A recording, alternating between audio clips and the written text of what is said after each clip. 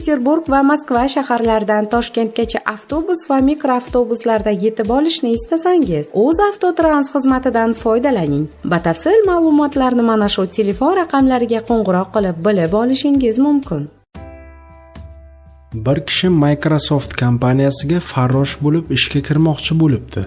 Kadrlar bo'limi menejeri u bilan suhbatlashib bo'lgach, uning ishini ko'rmoqchi bo'lib, hovlini bir qismini supurtirib ko'ribdi. Nihoyat ishi ma'qul bo'lib, siz ishga qabul qilindingiz, elektron pochtangiz manzilini tashlab keting. Biz sizga ishga qachondan kelishingizni ma'lum qilamiz dedi.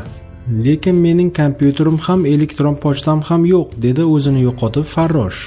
Afsus, bunaqada biz sizni ishga ola olmaymiz, chunki siz virtual holda yo'qsiz, dedi menejer. Cho'ntagida atigi $10 bor farrosh kompaniyadan xafa bo'lib chiqdi.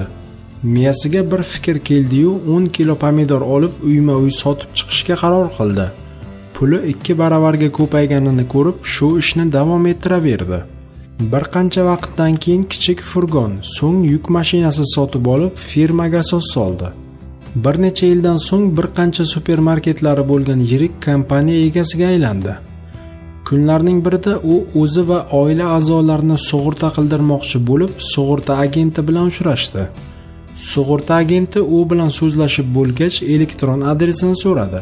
U odam bir necha yil oldingi gapini takrorladi. Mening elektron pochtam yo'q. Ajoyib-ku, taajjublandi agent. Shunday katta biznesi bor odamning elektron manzili bo'lmasa, agar pochtangiz bo'lganida kim bo'lishingizni tasavvur qila olasizmi? Savdogar ozgina o'ylanib turib javob berdi. Microsoft kompaniyasida farrosh